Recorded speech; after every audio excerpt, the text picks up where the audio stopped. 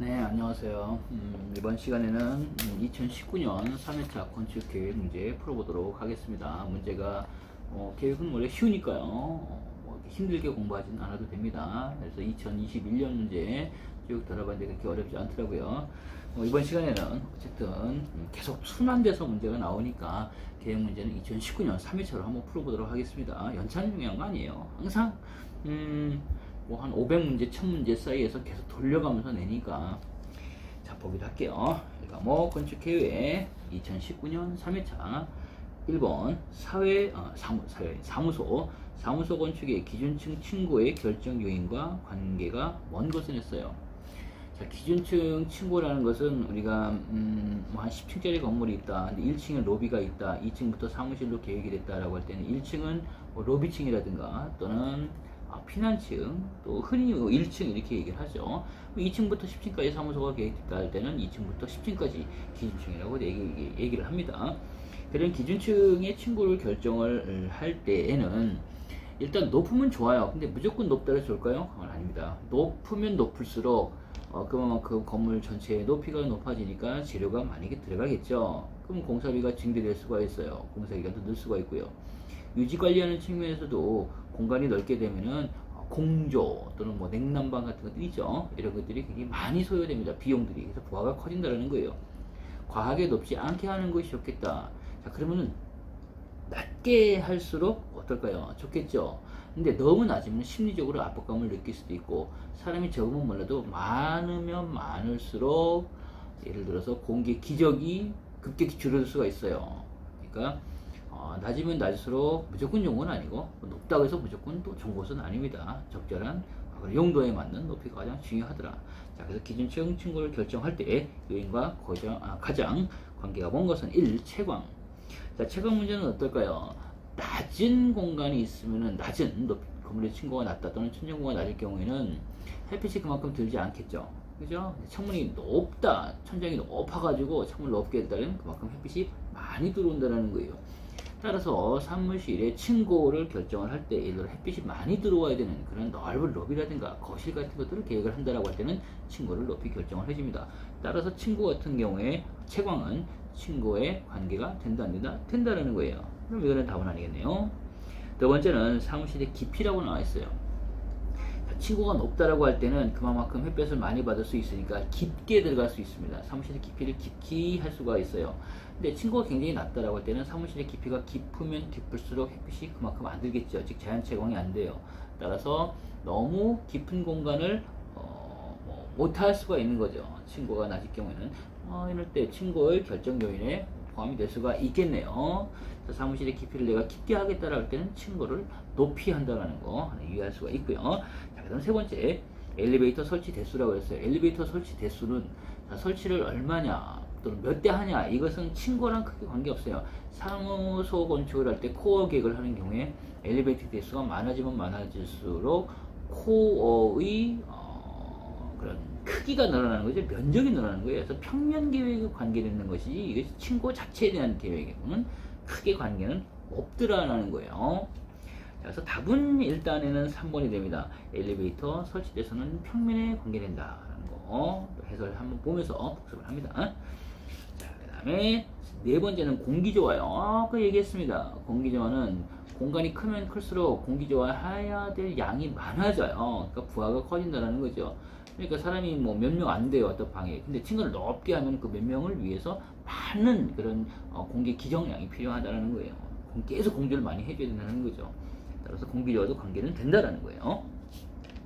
자, 2번 문제로 넘어가 보기로 하겠습니다. 상점 바닥면 계획에 관한 설명으로 옳지 않은 것을 했어요. 자, 이번에는 상점에 대한 바닥면이에요.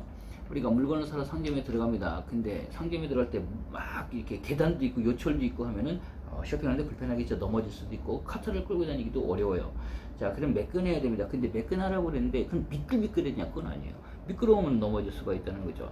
너무 거칠어도 안 되고요. 너무 매끈해도 안 됩니다. 미끄러지지 않는 정도의 매끈한 바닥으로 마감을 하면서 요철은 없애야 됩니다. 요철은 없어야 되겠죠.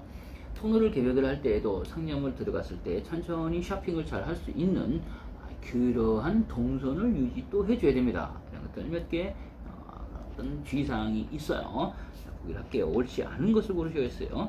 1번 미끄러지거나 요철이 없도록 한다. 자, 얘기됐었죠. 미끄러지면 넘어진다라는 거죠. 결국 넘어지게 되면 다친다라는 거예요. 사고 사례가 있을 수가 있다는 거죠. 요철이 없도록 한다. 요철이 있을 경우에는 또 걸려 넘어진다라든가 쇼핑을 할 때 불편할 수가 있으니까 요철도 없도록 합니다. 두 번째는 소음 발생이 적은 바닥재를 사용한다. 당연하네요. 왜요? 마룻바닥일 경우엔 딱딱딱딱 소리가 날 수도 있습니다. 돌바닥이면 소리가 덜 날 수도 있겠죠. 그러면은 많은 사람들이 움직이는 상점에서 계속 발자국 소리가 나게 되면 신경이 거슬릴 수가 있어요. 따라서 너무 지나치게 바닥을 소리가 많이 날 수 있는, 소음이 날 수 있는 그런 재료는 하지 말아라 라는 거예요. 그렇다고 소음 안 나겠다 해서 바닥을 아주 소프트한 그런 직물 재료를 한다는 먼지가 또 많아요. 자, 유의해서 해볼 필요가 있다라는 거예요. 세 번째, 외부에서 자연스럽게 유도될 수 있도록 한다. 그러네요. 외부로부터 내부로 천천히 이렇게 바닥면이 뭐 바닥이라서 똑같이 할 필요는 없어요. 외부 바닥은 외부 바닥일 것이고 내부는 내부일 것이니까요. 다만 외부에서부터 이제 포치 쪽으로 들어와서 접근을 하겠죠. 그때 출입문을 열고 들어온다는 거예요. 좀 더 내부가 고급지게 계획을 하면서 부담 없이 들어오면 된다는 거예요. 뭐 너무 뻔한 이야기니까요. 네 번째, 상품이나 진열 설비와 무관하게 자극적인 색칠을 한다.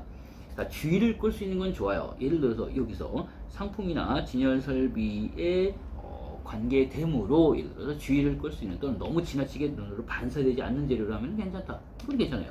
그러나 자극적인 색채로 하는 것은 좋지 않다는 거예요. 자, 우리 계획에서 자극적인 색채를 한다 할 때는 어떤 경우에요? 예를 들어 벽면을 빨강색으로 한다. 바닥면을 아주 새빨강색으로 한다 할 때 벌써 부담이 가겠죠. 너무 자극적인 색채로 하지는 않습니다. 자극적이지 않은 색채를 한다든가 어느 정도 포인트는 줄 수 있다는 거예요. 또 빛에 의한 조명이죠. 조명에 의한 반사가 너무 많으면 안 됩니다. 이런 것들 몇 가지 유의할 필요가 있어요. 자, 자극적인 색채는 아니어야 된다는 거예요. 답은 그래서 4번이 되겠네요. 이렇게 천천히 읽어나면 문제 어렵지 않습니다. 세 번째 문제, 다음 중 걸린 분구 잘 읽어야 됩니다. 주구가 아니라 분구예요. 분구 중심 시설에 속하지 않는 것은 했어요. 자, 인보구, 걸린 분구, 걸린 주구, 걸린 지구 이런 단계로 이제 커지게 됩니다. 그래서 걸린 주구 계획에서 또는 이론에서 가장 작은 단위로 볼 때는 인보구고, 인보구는 한 10집 정도, 뭐 1헥타르에 이렇게 좀 띄엄띄엄 사는 이제 그런 정도밖에 안 되고요.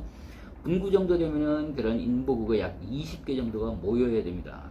복잡복잡하게 살겠죠. 그리고 이런 인보구는 놀이터, 어린이 놀이터를 중심으로 하지만은 분구는 놀이터도 있긴 있어요. 좀 더 큰 놀이터가 되겠는데 그거보다는 주로 일상생활 할 때 불편하지 않도록 생활 편의시설을 갖추는데 주력을 하는 것이 분구의 규모예요. 자, 이제 분구가 한 3개 내지 5개, 평균 4개 정도가 모이게 되면은 걸린 주구가 이루어지고, 걸린 주구는 초등학교를 중심으로 하고 초등학교 하나가 만들어질 수 있는 그런 규모가 되고요. 뭐 소방서가 있을 수도 있고, 소방서가 걸린 주구 안에 반드시 하나 있어야 된다는 건 아니에요. 있을 수 있다는 거예요. 그리고 좀 유치원 있으면 대규모 유치원이에요. 유치원은 뭐 예를 들어 분구에도 하나 있을 수가 있습니다. 그리고 우체국이라든가 이런 것이 있을 수도 있겠죠. 도서관이 있을 수도 있겠습니다. 그런 게 분구, 주구에 있으면 적정한 그런 시설이 된다는 거예요. 여기 이제 분구를 물었어요. 1번 약국. 약국은 우리 일상생활 할 때 필요하겠죠. 그래서 약국은 걸린 분구에 필요로 하는 시설입니다. 유치원도 걸린 분구 정도에 필요로 하는 시설이고요. 근데 유치원이 만약에 인보구에 다 있어야 된다. 그건 아닙니다. 인보구에는요, 어린이 놀이터 중심인 것이지 더 큰 규모는 필요 없어요. 자, 그 다음 파출소도 있을 수가 있다. 근데 여기다 뭐 경찰서라든가 파출소도 작은 거예요. 우리가 이제 우리 지금 말하면은 지구대라고 얘기를 하죠. 그런 작은 단위는 있을 수가 있습니다. 근데 무슨 경찰서 이런 건 아니에요. 뭐 경찰서는 주구가 아니라 훨씬 큰 지구라든가 이런 지역 단위 있는 거예요. 그래서 좀 어감이 틀린데 어쨌든 우리가 뭐 교재라든가 이런 데서는 파출소, 옛날에 파출소랬고 지금 지구대 이렇게 표시는 하지만 이런 것들은 분구에 있을 수도 있다라는 거예요. 그리고 네 번째 초등학교예요. 초등학교는 어때요? 초등학교는 걸린 주구를 구성하는 중심시설이 됩니다. 따라서 초등학교는 걸린 주구의 중심시설이기 때문에 분구의 중심시설은 아니겠죠. 따라서 답은 4번이 되겠네요. 그죠? 천천히 읽어보면 되겠고요. 자, 4번 문제 보도록 할게요. 4번 학교 건축의 음악교실 계획이라는 설명으로, 음악교실이네요. 학교 계획을 할 때 학교 건축에서는 가장 많이 문제가 나오는 것은 역시 학교 운영 방식에 대한 문제가 가장 많이 나옵니다. 학교 운영 방식은 종합교실형, 모든 수업은 자기 반에서 다 끝내는 그런 종합교실형, 일반 교실은 있는데 특별교실은 없어요. 그 다음에 특별교실 형태도 있습니다. 근데 이 특별교실 형태 같은 경우는 또 교과교실형이라고도 하고, 또 어떤 경우는 나올지 모르는데 어쨌든 특별교실은 뭐 그 교과교실 형태다라는 거. 이런 교과교실 또는 특별교실은 일반 교실은 없어요. 그러니까 모든 교과목에 대한 교실은 있어요. 그러니까 계속 수업마다 옮겨가야 되겠죠. 옮겨가면 불편한 상황이 있어요. 이동을 많이 해야 되고 소지품을 둘 때도 있어야 된다는 거죠. 정신이 없어요. 혼란스러워요. 계속 수업 시간마다 이동을 해야 되니까 교과교실 형태는. 자, 그래서 이걸 상충 보완하는 방식이 일반 교실 및 특별 교실 형태예요. 일반 교실도 있고 특별 교실도 있다라는 거죠. 내 반도 있고 그다음에 특별 교실도 더 있는 거예요. 우리나라의 중학교 이상의 학교에서는 대부분이에요. 100%예요 거의. 이런 일반 교실 및 특별 교실 형태를 취하고 있습니다. 자, 그 다음에 플래툰 형태라는 것도 있어요. 플래툰 형태 같은 경우에는 너무 학생들이 많아지니까 이제 A반, 1학년 1반 예를 들어서 A조, B조로 나누는 거예요. 60명을 모집을 하고 1학년 1반 60명이다. 그럴 때 1번부터 30번은 A조, 31번부터 60번까지는 B조에서 30명이 들어갈 수 있는 교실에서 일단 A조는 수업을 하고 B조 같은 경우는 음악 수업이라든가 체육 수업이라든가 미술 수업이라든가 이렇게 특별 교실에서 하는 그런 방식이에요. 그러니까 노는 교실이 없게 만드는 거예요. 그러면서 학생들이 많으니까 일단 반은 편성을 해놓고 조로 나눠서 조별로 교과목을 수행하는 그런 방식이 플래툰 형태예요. 다음 달턴형 형태도 있어요. 달턴형 형태 같은 경우에는 교과목을 선택을 하고 일정한 그 교과목을 선택을 다 이수를 했어요. 선택한 걸 다 수업을 해서 이수를 하면 졸업증을 받는 거죠. 우리 대학교가 그런 형식이 되겠죠. 이런 게 달턴 형식이에요. 그래서 일정한 수업을 듣게 되면은 그 이수한 학점에 따라서 또는 교과목의 수에 따라서 졸업할 수 있는 체제가 달턴형이다. 근데 이 달턴 또는 달턴형은 흔하게 사용하는 것은 아닙니다. 자, 뭐 그 정도로 보면 되겠고, 거기서 이제 세부 계획으로 들어가면은 그럼 일반 교실이든지 특별 교실이든지 이렇게 교실들이 마련되는데, 음악 교실이라고 했어요. 음악 교실이 있다라는 것은요, 특별 교실이 있다라는 겁니다. 일반 교실 및 특별 교실 형식에서 교실이 따로 마련되어 있는 음악 교실인데, 이때 음악 교실은 뭐예요? 음악을 하는 교실이에요. 그럼 음악을 하려면 소리가 너무 시끄러워도 안 되고, 또 어느 정도 소음 문제를 해결해 줘야 돼. 또 방음이 잘 돼야 되겠죠. 이런 것들. 이런 것들을 생각하면 됩니다. 그리고 특수한 시설들이 들어가야 될 수도 있습니다. 그리고 1인당 차지하는 면적도 꽤 커야 됩니다. 자, 1번 강당과 연락이 좋은 위치에 선택한다. 강당을 이용하는 경우도 있어요. 지금은 강당을 이용하지는 않아요. 음악 수업을 할 때. 근데 예전에는 음악 수업을 할 때 강당을 이용하는 경우도 있어요. 그때 음악실이 따로 한 30명 들어갈 공간이 있을 때 학예회를 한다라든가 아니면 한 3개 반, 2개 내지 3개 반을 모아놓고 공동으로 음악 수업을 한다라고 할 때는 또 강당이 가까이 있으면 좋겠죠. 그러니까 강당은 결국 뭐예요? 특별교실이에요. 그리고 음악 교실도 특별교실이에요. 그래서 일반 교실 사이에 음악 교실을 껴넣지는 않더라도 강당이라든가 기타 특별교실하고 가까이 있으면 좋겠네요. 특히 음악 교실은 강당하고 있으면 좋습니다. 미술교실보다는. 자, 그 다음에 두 번째, 시청각 교실과 유기적으로 연결을 할 수 있도록 한다는 거예요. 시청각 교실은 뭐예요? 뭐 화면을 보거나 또는 음악을 감상할 수 있는 그런 이제 시청각 교실이 되겠죠. 그런 교실 또는 그런 시청각실하고 가까이 있으면 음악 수업에 연계시킬 수 있으니까 이것도 맞는 얘기고요. 세 번째는 실내는 찬양 시간을 없게 하기 위해서 흡음제로 마감을 한다는 거. 흡음제로 마감을 한다라고 했어요. 근데 찬양 시간을 없게 하기 위해 했어요. 흡음제는 맞아요. 이건 주의해야 될 문제예요. 이거 좀 어려운 문제네요. 음악실에는 흡음제를 사용하는 게 맞습니다. 뭐냐 하면 흡음제는 음을 흡수하는 재료고요. 음을 흡수한다라는 것은 모든 음들을 다 먹어버린다는 게 아니에요. 그런 뜻이 아니라 찬양 시간을 조절하기 위해서 흡음제를 사용을 합니다. 어떤 큰 방에 들어갔을 때 하고 빈 방에 있어서 새로운 집이다 아니면 아주 깨끗한 건물이다 아직 입주 안 했다 할 때 방에 들어서 소리는 와 울리잖아요. 이런 것처럼 울리는 소리가 잔향이라고 하는데 그게 길면 길수록 잔향 시간이 길다라고 합니다. 근데 여기다 음을 흡수할 수 있는 흡음제를 설치를 하게 되면 그만큼 잔향 시간이 줄어들게 된다는 거죠. 근데 없앤다? 없애는 게 아니고 조절을 하는 겁니다. 요거는 조금 어려운 문제에 따라서 잔향 시간을 실내는 조절을 하는 기능으로서 흡음제를 사용을 하는 것이고, 잔향을 없게 하기 위해서 잔향이 없다는 건 뭐예요? 내가 말을 하면 그냥 소리가 다 뒷소리 없이 끝나버린다는 거예요. 근데 강연을 할 땐 좋아요. 일반 강의실은 잔향 시간이 없어도 됩니다. 그러나 최소한을 해도 좋은데 음악 수업 또는 음악을 듣는 음악당 같은 경우에 또는 공연장 같은 경우는 잔향 시간이 어느 정도 유지돼야 되고 울림이 있어야 된다는 거죠. 따라서 음악 교실은 특수하게 다른 교실과는 다르게 잔향 시간을 조절을 하기 위해서 흡음재를 사용한다. 잔향 시간도 일반 교실에 비해서 좀 더 길어야 된다라는 거. 음악 교실이기 때문에 이 부분이 틀린 거예요. 잔향 시간을 없게 하기 위해서가 아니라 잔향 시간을 조절할 수 있도록 흡음재로 막용을 한다. 이렇게 정리를 해둬야 되겠네요. 자, 답은 그래서 3번이에요. 자, 4번은 학습 중 다른 교실에 방해가 되지 않도록 방음시설 필요하겠죠. 막 소리가 나면 다른 교실로 옮겨갈 수가 있으니까 답은 3번이었어요. 꽤 골치 아픈 문제네요. 이것은 잔향 시간 하면 무조건 없앤다라고 하는데 그건 아니다라는 거. 자, 5번 문제로 가기로 하겠습니다. 5번 문제. 연립주택에 관한 설명으로 옳지 않은 것은 있어요. 자, 연립주택이 뭘까요? 집합주택에서 보면은 이제 법적으로는요 공동주택에 포함이 됩니다. 건축법규에서 뭐 여러분이 배웠을 텐데요. 공동주택에는 다세대, 연립, 그 다음에 아파트, 그 다음에 기숙사 이런 것들이 있어요. 네 가지가 정리. 건축법에서는 이럴 때 법에서 정의하는 연립주택은 4층 이하여야 되고 면적에 대한 제한은 없습니다. 없어요.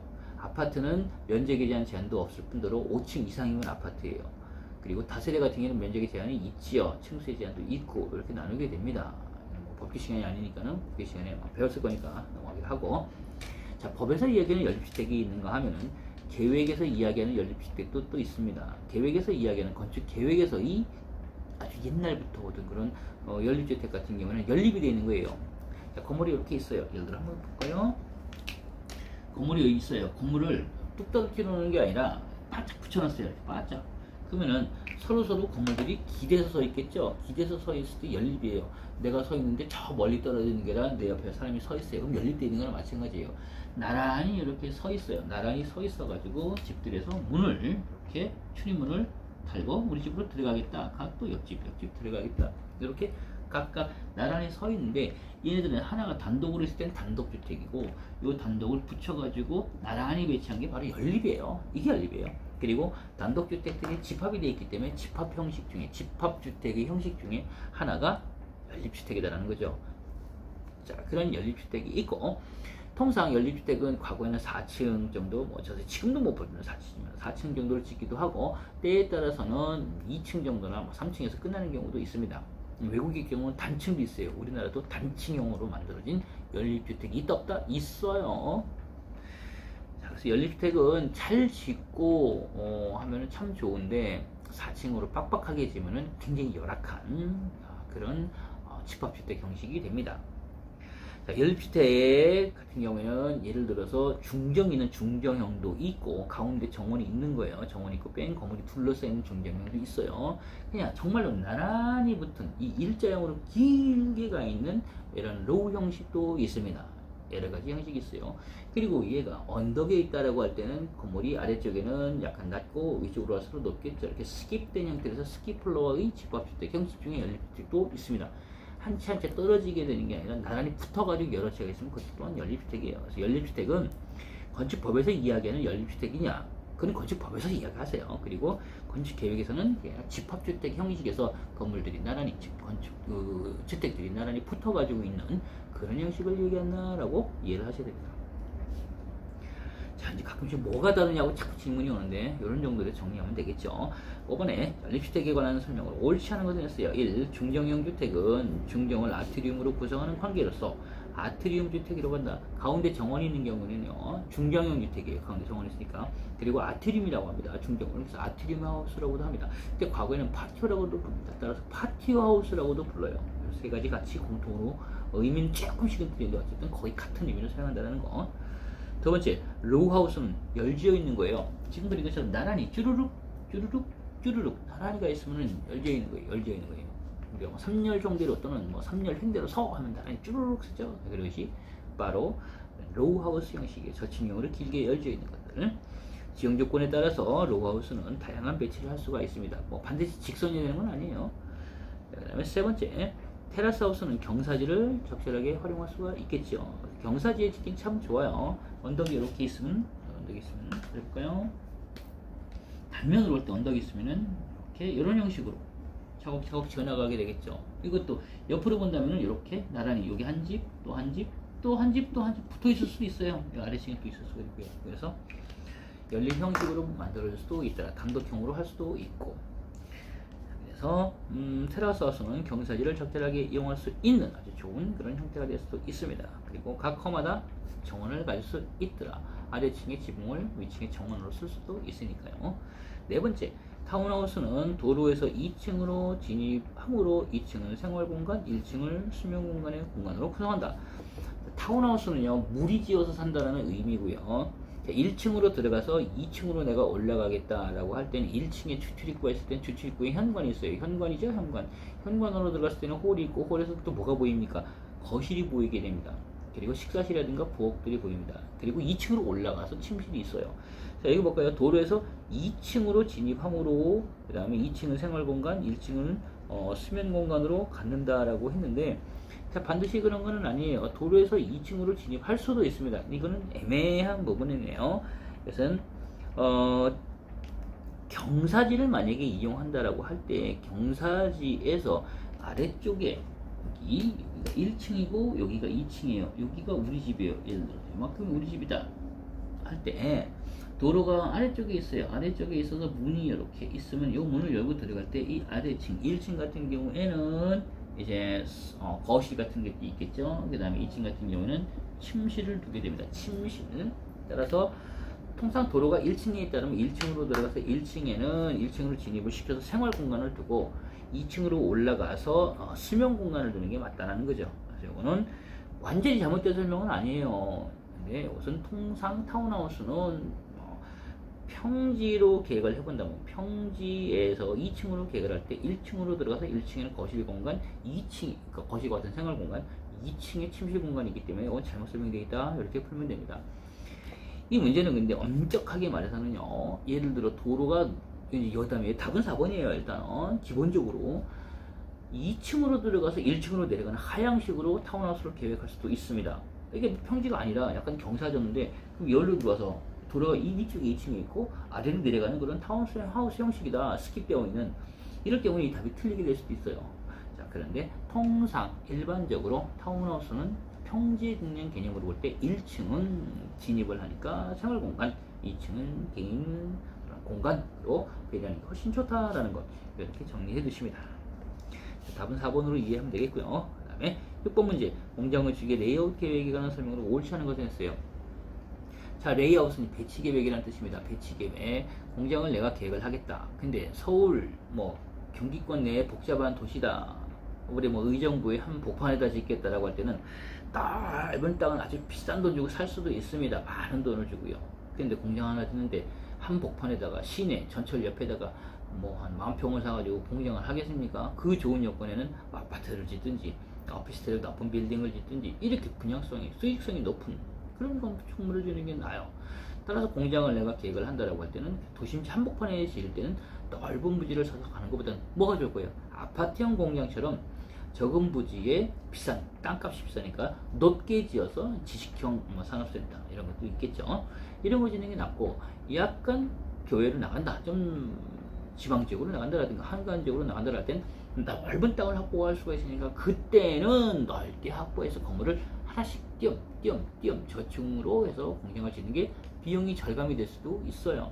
그래서 굉장히 복잡한 그런 도심지 내로 들어올 것이냐 아니면 좀 한적한 지역으로 나갈 것이냐에 따라서 도심지 내로 들어오게 되면은 높게 가야 됩니다. 블록 타입으로 높게 올라가는 것이 좋겠고, 그 다음에 한가한 지역으로 가서 땅값도 싸다라고 할 때는 파비리온 타입에서 분산된 형태로 가는 게 훨씬 더 효과적이에요. 그래야 비용도 절약할 수가 있으니까. 자, 그리고 그 공장을 계획을 할 때 레이아웃이라는 것은 사람도 있어야 됩니다. 그죠? 작업자가 있어야 됩니다. 또 관리자도 있어야 됩니다. 그리고 또 뭐가 있습니까? 생산품이 들어와서 그 생산품을 생산을 해내니까 생산 라인이 있겠죠. 그럼 생산 라인도 고려를 해야 됩니다. 그리고 휴식한다라든가 이런 것들도 있고, 그 다음에 창고 같은 것도 있어야 되겠고, 여러 가지 그런 게 있어요. 자, 결국은 뭡니까? 생산이 잘 될 수 있는 그런 생산 라인에 맞추어서 기계를 배치하고 사람도 거기에 배치돼서 작업을 하는 게 가장 좋습니다. 그렇게 합리적인 생산 라인, 동선에 맞추어서 각각의 그런 어떤 뭐 장비라든가 사람을 배치시킬 수 있는 계획 자체를 우리는 공장에서의 레이아웃이라고 합니다. 자, 레이아웃에는 종류가 있어요. 첫 번째는 뭐 제품 중심 레이아웃, 대량 생산할 때. 그 다음에 또 뭐가 있죠? 공정 중심도 있습니다. 공정에 따라서 그 공정에 맞는 장비 또는 기계가 있으면 거기에서 생산을 소량으로 해나가는 경우들. 그 다음에 고정식도 있습니다. 건축이나 조선처럼 아주 큰 그런 생산품은 사람이나 기계, 그 다음에 자재 같은 것들이 혼자다니면서 만드니까 생산품을. 이게 고정식이에요. 이런 것들이 대표적이고, 혼성식도 있습니다. 볼게요. 레이아웃 계획 변화 설명. 옳지 않은 것은 1. 고정식 레이아웃은 조선소와 같이 아주 큰 또는 건축과 같이 큰 그런 생산품을 생산해낼 때 하는 그 레이아웃 방식이고, 수량이 적은 경우에 행해지죠. 만약에 이걸 많은 경우다면 이거 틀린데 이건 적은 경우 맞아요. 또 두 번째, 레이아웃은 공장 규모의 변화에 대응할 수 있도록 융통성을 부여한다. 공장 규모가 변한다? 공장이 커지면 커질수록 장사가 잘 되는 거예요. 그러니까 생산이 많이 돼야 되니까 생산 단위를 넓혀야 되는데, 그런 넓어질 수 있을 거니까 많이 생산해서 많이 돈을 벌어야 되니까 그걸 미리 고민을 해라. 미리 고려를 하고 계획 단계부터 확장이라든가 융통성에 대해서 고민을 해서 계획을 하자라는 의미. 이것도 맞고요. 세 번째, 공장 건축이 있어서 이용자의 심리적인 요구를 고려하여 내부 환경을 결정하는 것을 의미한다. 자, 레이아웃이라는 말 자체가 심리적인 어떤 요구를 고려해서 환경을 이렇게 계획하는 건 아닙니다. 이거는 그냥 환경 계획이에요. 환경 계획. 실내 환경 계획이라고 합니다. 이건 실내 환경 계획일 뿐이고, 이것이 레이아웃 자체를 의미하는 건 아니겠죠. 레이아웃 같은 경우에는 그 아래 네 번째에 있는 것처럼 기계 설계라든가 작업자에 대한 부분들, 그 다음에 뭐 물품의 동선, 기계, 제품들, 이런 것들에 대한 상호 관계를 계획하는 게 레이아웃이라는 거죠. 그래서 공장 건축의 레이아웃의 정의는 4번이에요. 4번이 맞고, 3번은 그냥 실내 환경이에요. 작업자의 작업 환경일 뿐입니다. 따라서 레이아웃 계획하고는 좀 다른 계획이다라는 거예요. 답은 그래서 3번입니다. 좀 어렵죠? 이 문제도 조금 혼란스러울 수가 있습니다. 7번 문제 넘어갈게요. 학교 교실 배치 형식 중에서 엘보 액세스에 관한 설명으로 옳지 않은 것을 냈어요. 우리가 뭐 이전에도 한번 이 엘보 액세스에 대해서라든가 이 교실에 대한 배치 형식을 이야기를 했습니다. 이것은 특수한 그런 형식이에요. 엘보 액세스는. 엘보라는 게 뭡니까? 엘보는 팔꿈치를 이야기를 합니다. 팔꿈치를 이야기를 하는데, 통로가 이렇게 있고 통로에 바로 교실이 면해져 있는데 우리는 일반적으로 공부를 했습니다. 이건 복도 형식이에요. 엘보 액세스는 소란스러우니까 통로에서부터 일정한 거리를 띄어가지고 띄어서 교실을 만든 거예요. 통로가 이렇게 있고 이렇게 통로를 하나 더 만들고, 그 다음에 교실을 만약에 내가 이렇게 만들었다. 이 옆에도 통로를 좀 만들고 이렇게 만들었다. 그럼 이 통로가 있어요. 이 통로가 더 있다라는 거예요. 통로가 여기도 통로예요. 물론 이건 복도예요. 넓은 복도가 있고 복도로부터 들어오고, 이건 교실이에요. 그러니까 일정한 거리만큼 떨어져서 있는 게 엘보 액세스입니다. 엘보 액세스예요. 우리는 편복도 형식을 주로 많이 또는 중복도 형식을 많이 이렇게 공부를 했어요. 학교에서. 자, 보기 드문 엘보 액세스 형식입니다. 근데 문제도 이렇게 나와요. 엘보 액세스의 형태에 관한 설명을 옳지 않은 것을 했어요. 1. 학습의 순수율이 높다. 자, 순수율이 높다라는 것은 내가 공부를 하는데 사람들이 밖에서 막 학생 다른 반 친구들이 막 떠들고 이런 거에 신경이 쓰이겠죠. 이 복도 형식이에요. 근데 이렇게 통로를 좀 만들므로 해서 건물을 교실 안으로 들어올 때 거리를 둠으로 해서 소음으로부터 좀 배제한다는 거예요. 소음을 줄일 수가 있어요. 그래서 집중력 있게 공부할 수가 있습니다. 그게 바로 그냥 순수율이 높다라고 표현했을 뿐이다라는 거예요. 이것은. 자, 두 번째, 복도의 면적이 증가될 수 있다. 복도의 면적은 편복도보다 복도가 늘어나겠죠. 편복도는 그냥 복도에서부터 바로 교실로 들어가는데, 엘보 액세스는 복도로부터 교실로 들어가기 위해서 일정 부분 더 거리를 둬야 되기 때문에 복도를 통해서 들어옵니다. 따라서 복도 면적이 늘어난다는 거. 그것도 맞고요. 자, 세 번째는 채광이라든가 통풍 조건이 양호하다. 채광이라든가 통풍 조건을 양호하기 위해서 잡아 빼는 경우도 있긴 있어요. 근데 어쨌든 중복도형 시기에 비해서는 훨씬 더 효과적입니다. 만약에 학교 교실의 배치 형식 중에서 중복도 형식은 채광이라든가 통풍이 양호하다라고 할 때는 그건 틀려요. X. 네, 편복도라든가 여기 엘보 액세스 형식 같은 경우에는 채광이라든가 통풍 조건이 양호합니다. 맞고. 네 번째, 교실을 소규모 단위로 분할 배치한 형식이다. 교실을 소규모 단위로 분할 배치한 형식은 클러스터 형식이라고 합니다.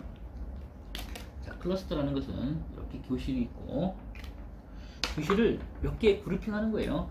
교실이 이렇게 있고, 교실이 이렇게 있고, 교실이 이렇게 있어요. 세 개를 묶어가지고 이렇게 홀을 만들어서 홀 만들어서 이렇게 통로를 따라서 홀로부터 이렇게 들어가는, 각 교실로 들어가는 그런 형식이에요.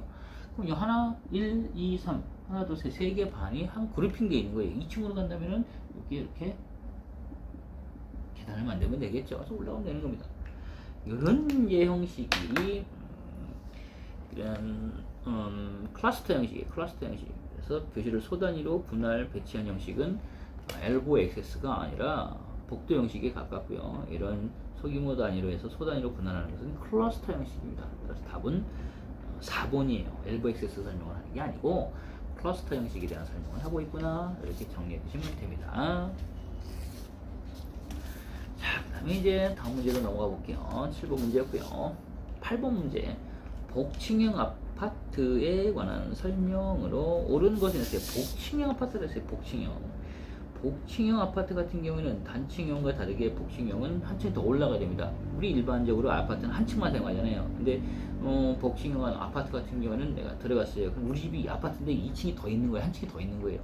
그래서 걸어서 또 한 층을 더 올라가는 그런 형식이 이제 중복도 아니라 중층형 형식이면서도 그 다음에 매도형 형식이라고도 하고 또 복층형이라고도 합니다. 그런 형식이 되겠죠. 자, 그래서 1번 소규모 주택에 유리하다.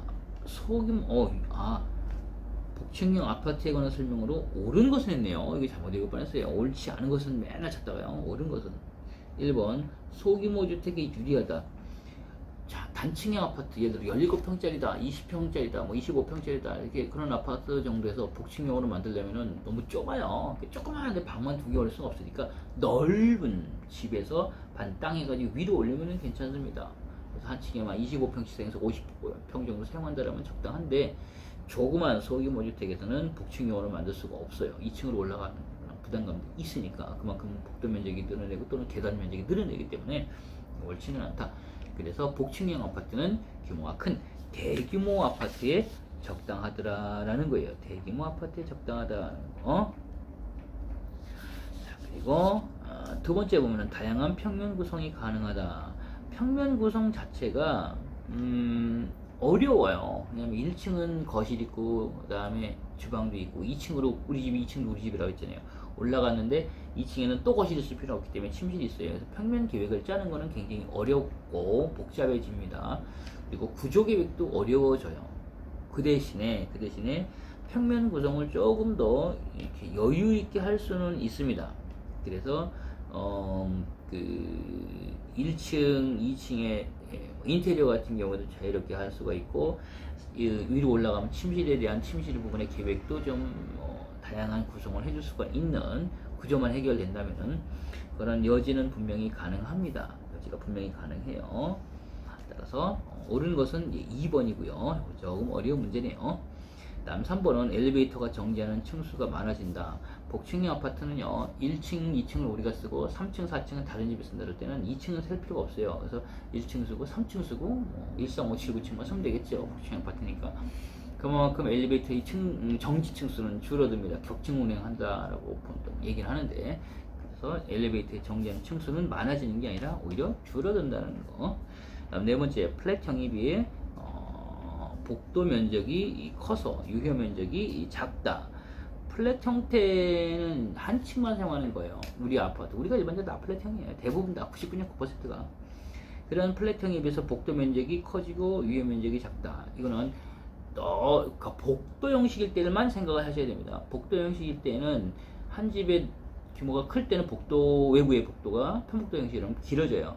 근데 이것을 반 잘라가지고 위로 올리니까 복도가 그만큼 줄어들게 됩니다. 우리 집에 올라갈 때 계단실만 있으면 되니까요. 계단실은 뭐 그냥 2.7m 정도, 2.4에서 2.7m만 확보돼도 주택에서는 가능해요. 길이가. 그러니까 그만큼이면 되기 때문에 그만큼 복도 면적은 줄어들 수가 있어요. 즉 공용 면적에 대한 부분이 복층형 아파트라면 그만큼 줄어들어요. 유효 면적이 작아지는 게 아니라 커진다라는 거예요. 커진다라는 거. 자, 그 다음에 9번 문제로 갈게요. 답은 2번입니다. 좀 더 다양한 평면 구성을 해줄 수 있는 가능성은 있지만은 대신에 구조적으로는 상당히 어렵다라는 걸 유의하십니다. 자, 9번 문제 할게요. 다음 중 고층 사무소 건축에서 층고를 낮게 하는 이유와 가장 관계가 먼 것은 했어요. 층고를 낮게 한다. 우리 뭐 아까 맨 앞에 1번 문제에서도 층고 결정에 대한 부분들을 이야기를 했었지만은 그런 부분과 크게 다르지는 않습니다. 사무소 건축을 할 때 층고를 낮게 하는 이유는 1. 거리가 먼 것을 했어요. 공사비를 낮추기 위해서. 자, 공사비를 낮추고자 하는 제1의 목적은 아니에요. 공사비를 낮추는 효과도 있습니다. 분명히. 한 층의 층고를 4m를 하는 것과 5m 하는 건 틀려요. 3m를 하는 거 틀려요. 3m를 했을 때 10개 층이면 30m 하면 되는데 만약에 4m로 한다 층고를 그러면 40m 올 때면 10m가 더 올라가요. 그만큼 공사비를 친 거예요. 그러니까 오히려 낮추는 게 효과적이겠죠. 효과가 있는 거예요. 맞고. 다음에 두 번째는 보다 넓은 설비 공간을 얻게 하기 위해서 넓은 설비 공간을 얻게 한다. 층고를 낮게 하게 되면은 설비 공간은 무슨 관계가 있냐 이렇게 얘기하는데 층고를 낮게 하면 낮게 할수록 뭐 예를 들어서 이렇게 그림을 그려 설명해야 되겠네요. 이거는 자 이렇게 위에 슬래브고요. 슬래브가 있다라고 할 때요. 아예 천장이 없을 경우에는 뭐 층고 그대로 쓸 수가 있습니다. 이게 4m다 라고 할게요. 그리고 4m일 경우에는 뭐 예를 들어서 내가 생활하는 공간이 우리는 한 2m 정도는 사용을 해야 됩니다. 키는 아까 제가 쭉 뻗쳤을 때 그럴 때 2m 정도 사용하고 나머지 한 2m 좀 남아요. 그럼 요게 조금 아주 나지막하게 한 1m 정도를 다락처럼 만든다라든가 할 수가 있어요. 근데 만약에 층고가 4m가 아니라 3m로 줄었어요. 3m로. 그럴 때는 이 1m의 공간을 둘 수가 없습니다. 너무 낮아지니까. 자, 그러면 이제 더 확정을 해본다면은 병원 건축 같은 경우에는 병원에서는 설비가 많이 들어가요. 또 설비가 많이 들어가는 그런 소규모 공양이라든가 또 물품을 넣을 때 이렇게 뭐 바느질하고 이렇게 그런 옷감 하는데 보면 재료를 넣어야 될 때 이런 것들 보면은 층고가 높으면은 한층 위에 이렇게 다락방처럼 만들어가지고 그 위에다가 짐을 보관할 수도 있고 장비를 보관할 수 있어요. 그래서 병원 같은 경우에는 그 많은 장비들을 바닥에다가 놓게 되면 너무 공간이 많이 필요하니까 위에 올리는 거예요. 그래서 한층 더 해서 인터스티셜 스페이스에서 간극 공간이라는 게 있어요. 그런 걸 듭니다. 높으면 높을수록 그렇게 중위층 형태로라든가 만들 수가 있으니까요. 그래서 오피스텔도 단층에 있는 거 하면 복층형 오피스텔도 있잖아요. 층고 한 5m에서 5.5m 정도만 유지해주게 되면은 충분히 한층, 그러니까 반층이죠. 다락방 정도를 만들 수가 있으니까요. 그래서 공간을 여유있게 사용하는 거예요. 자, 뭐 그런 개념으로 볼 때는 층고 설비 공간을 보다 넓은 설비 공간을 얻기 위해서는 층고를 높게 해서 다락방을 주고 그 다락방에다 설비를 넣는 게 훨씬 낫다는 거예요. 따라서 층고를 낮게 하는 이유하고 넓은 설비 공간을 얻기 위해서는 반대적인 개념이에요. 따라서 넓은 설비 공간을 얻기 위해서는 층고를 높게 함으로써 다락 공간처럼 이렇게 간극 공간을 두는 게 좋다는 거예요. 층고를 낮게 하는 이유가 아닙니다. 따라서 틀린 것은 2번이에요. 좀 어렵죠. 나머지 볼게요. 3번 실내 공기저와 효율을 높게 하기 위해서 그 층고가 낮을수록 공기 기저귀 작아도 되니까요. 그만큼 공기를 빨리 해줄 수가 있습니다. 하는 것이고 차도 버스보다는 승용차 탔을 때 에어컨을 틀 때 빨리 시원해지잖아요. 이런 것들이에요. 네 번째 제한된 건물의 높이에서 가급적 많은 층수를 넣겠다. 건물 높이 제한이 있다. 만약에 거기는 40m까지밖에 안 된다 할 때는 4m라면 10층이지만 3m로 할 때는 3927에서 3927이죠. 더 넣을 수 있죠. 40m니까 한 12개 정도, 2개 층 정도, 2개 층 넣을 수 있어요. 뭐 1개 층이든 2개 층이든 더 층수를 확보를 한다라고 할 때는 층고를 낮게 하는 거예요. 이건 전체적인 건물의 높이 제한이 있을 때 그렇다는 거예요. 이것도 맞고요. 답은 2번이었어요. 이거 이제 10번 문제 보기로 할게요. 10번 문제. 편복도형 아파트에 관한 설명으로 옳은 것은 했어요. 옳은 것은 편복도 형태네요. 한쪽에 복도가 있는. 1. 부지의 이용률이 가장 높다. 부지의 이용률이 가장 높다. 자, 이것은 맞을 수도 있고 틀릴 수도 있는데 사실은 부지의 이용률을 높게 하려면 편복도는 한쪽에 복도에 있고 한쪽에만 실이 있는 거예요. 중복도로 하는 게 계획하는 게 편하겠죠. 왜냐면 한 건물만 생각하면 상당히 큰 문제는 없는데 이게 여러 동일 때에는요 중복도로 해가지고 간격을 어쨌든 뭐 인동간격을 줘야 되니까 어느 정도는 인동간격을 고려한다면 오히려 중복도 형태로 붙여가는 게 나아요. 근데 중복도를 할 때는 주거 환경은 굉장히 떨어집니다. 떨어져요. 그래서 중복도형 아파트는 거의 없어요. 이거는 이렇게 판상형으로는요. 그래서 중복도 형태에 비해서 독립성, 부지의 이용률은 높지 않다라는 거예요. 중복도 형이 가장 높습니다. 두 번째, 중복도형에 비해서 독립성은 우수하다. 독립성 우수하다. 중복도형에 비해서만 그래요. 중복도형에 비해서 우수하고요.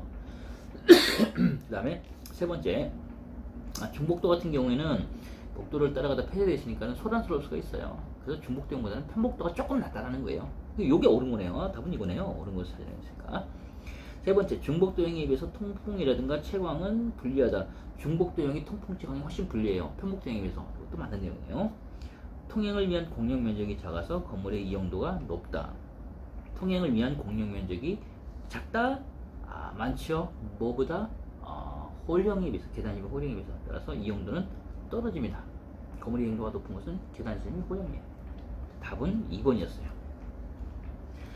이렇게 한번 10번까지 풀어봤고요. 이번 시간에는 해서 한번 여러분들이 복습을 하면서 조금 난해한 문제도 있었어요. 나는 어려운 문제도 있어요. 그런 것들도 복습을 해두시길 바랍니다. 쉬었다가 또 이어서 하도록 하겠습니다.